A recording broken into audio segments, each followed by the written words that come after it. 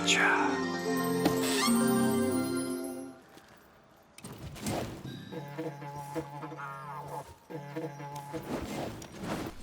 Hello everyone, and welcome to another Arch Tempered Xenojiiva counter build. This time I'm going to be showing you a powerful hunting horn build that's meant for a multiplayer setting.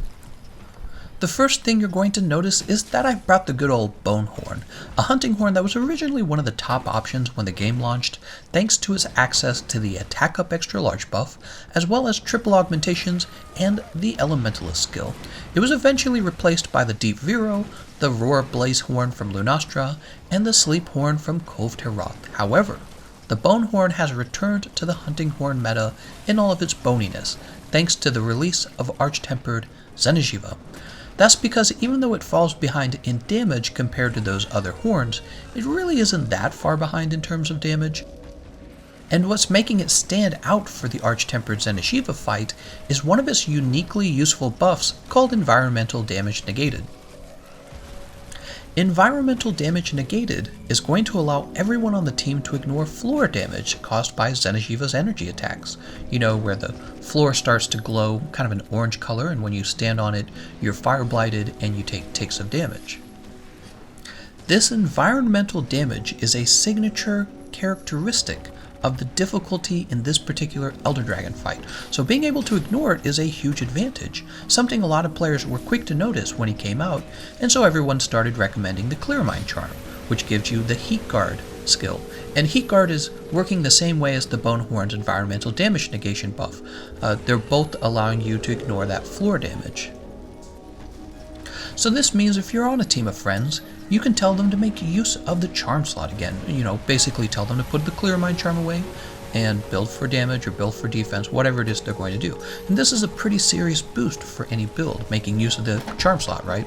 If you're with randoms, obviously you're not going to be able to warn them about the fact that you're going to give them environmental negation buffs, but at least you're guaranteeing that no one in your group of randoms is going to take floor damage or fire blight from the floor damage. It's really a very strong advantage in all cases.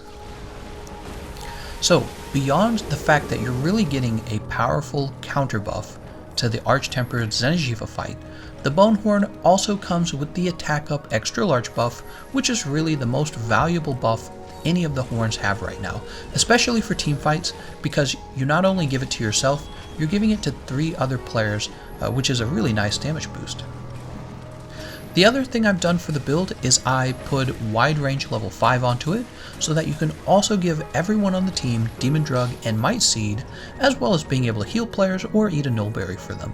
And this is kind of like a true support build, it essentially is, against Arch Tempered Xenojiiva, and honestly it's feeling pretty strong, which is one of the reasons why I wanted to share it with you guys. I mean, think about the full effects of the setup.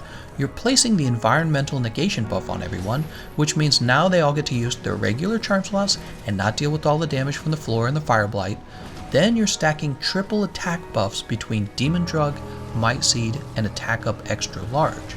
If you're on a team of gunners using Pierce ammo or elemental ammo, this large buff to output can be a really powerful advantage, and teammates with the slow sheathing weapon are also going to appreciate the Mega Potion heals.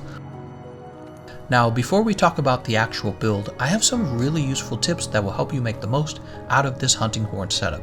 In terms of damage dealing in combat, you're going to have to work extra hard to do your part. Most of that is just because Xeno'jiiva can be such a pain in the ass to fight with a melee weapon. I found myself constantly putting my weapon away in order to go into a sprint for better positioning. It's also frustratingly inconsistent to attack his upper chest and his head with like the forward swing or the back swing, so for the sake of not losing damage to RNG, you know, like what move he decides to do next, I started focusing more of my moveset on his arms, unfortunately, unless he was knocked over, in which case I could run over and smack him on the head for a while. So tip number 1 is definitely to focus on his forearms unless you're really sure that you're going to be able to land a move on his head or the lower part of his chest. Tip number 2 is that you definitely want to save both the Rocksteady Mantle and the Temporal Mantle for his powered up phase, the phase where he glows orange, he's going to yell, and you're going to be staggered for a moment. That's because you need to get so close with the hunting horn, and horns really do have some long attack animations, meaning you're going to be stuck in that animation for a while.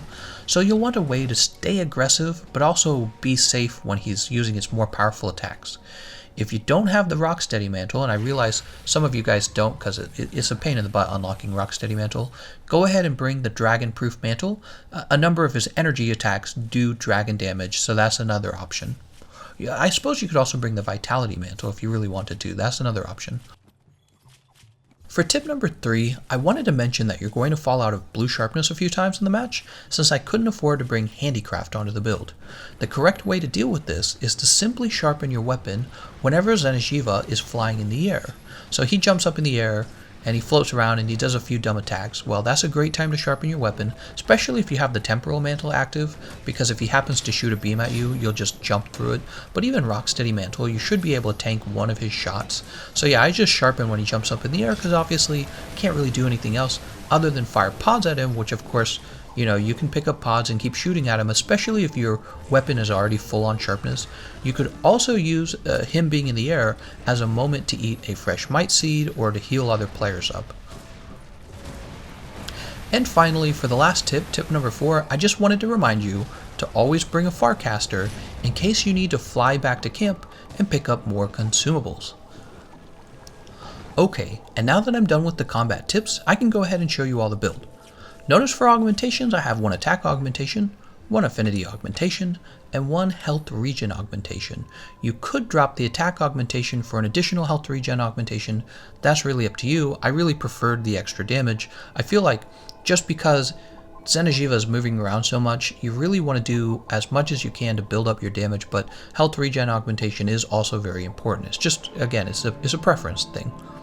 For the actual build, the decorations, you'll notice that you have one leftover slot where you can build either the speed eating skill or the satiated skill, but that's also up to you. I went with the satiated skill, and I did notice it was proccing multiple times, so if you want to conserve some of your items, you may prefer to choose that. If you're like me and you have a ton of items, you probably go with the Gobbler decoration and go with the speed eating in order to eat those items faster for your teammates. Alright, well that's everything I had to say. If you're looking for more Arch Tempered Xenojiiva builds, check the comment section for links to my other setups. I want to thank you all for watching, and I'll see you guys next time.